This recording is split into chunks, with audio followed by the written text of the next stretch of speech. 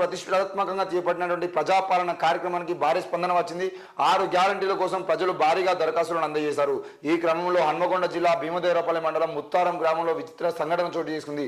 ఏకంగా పరమశివుడి పేరిట దరఖాస్తు ప్రజాపాలనలో అధికారులకు అందింది. అయితే అందుకు సంబంధించిన దరఖాస్తు ఫారం సోషల్ మీడియాలో వైరల్ అవుతుంది.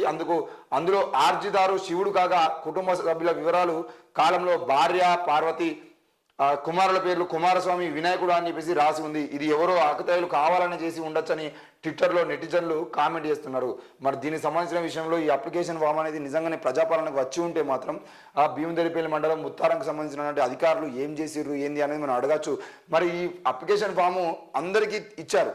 ఆ అప్లికేషన్ ఫామ్ తీసుకున్న వ్యక్తులు కావాలని కొంతమంది ఆ భీమదేవరపల్లి మండలము ముత్తారం గ్రామం అని చెప్పేసి రాసి దాన్ని పోస్ట్ చేసి దాన్ని వైరల్గా మార్చడానికి ప్రయత్నం చేశారు. కానీ నిజంగా దాన్ని అధికారులు దాన్ని వాళ్ళ అప్లికేషన్ ఫామ్లలో సంతకం పెట్టి తీసుకున్నటువంటి విషయం అయితే కాదు.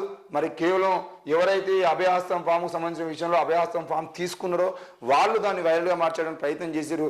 కొన్నిసార్లు మనం కూడా వైరల్గా మారుతాం, మనం కూడా ట్రెండింగ్లోకి వస్తామని చెప్పేసి ఆకతాయిలు చేసేటువంటి ప్రయత్నం ఇలా ఉంటాయి.